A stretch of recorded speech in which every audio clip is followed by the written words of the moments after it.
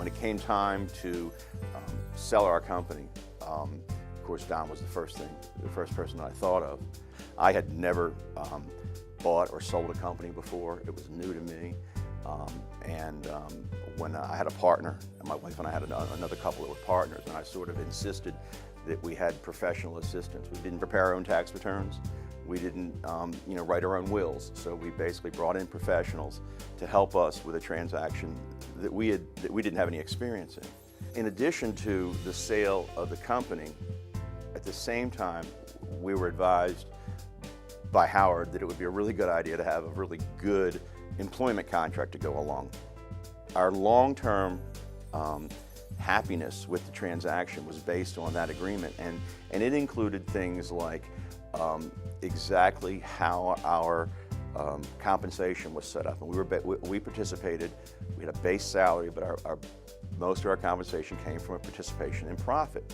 Well, one of the things that they pointed out, and we may have thought about it, but it was the first thing they said, is no corporate overhead is allocated to the P&L. And if it is, that comes out before profit is calculated. The employment contracts that we negotiated ended up being very beneficial because in a couple of years, they did change corporate structure. They liquidated the company. Oh, without Heritage, I wouldn't have even thought about the importance of the employment contract.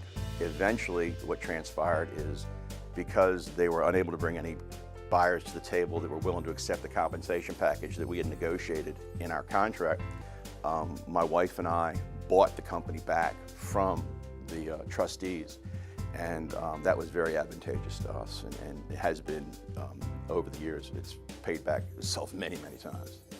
They understood what our motivations were to sell, what we were looking for in terms of retaining our employment agreement with the buyer, and so they understood where we were in our life and how we wanted it to, what our end game was.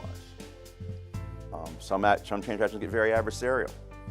It helps to have someone with you that's been through it before and go, wait a minute, this is just a rough spot. Let's talk it through. Let's find out what we can find out from the other side that'll make this go away, and to negotiate it out. When you come to that number that defines the sale price, there's a lot of ways to get there. And one of the ways that we did it, we would keep the receivables on a given day, and the buyer would take over the payables on a given day. And that ended up being beneficial to us. And we had the opportunity to book a great piece of business. It was not a particularly large margin. And we booked it. And that was very beneficial to us and helped us, it increased our bottom line at the end of the deal. So, things like that were helpful and insightful that we would not have been able to do on our own.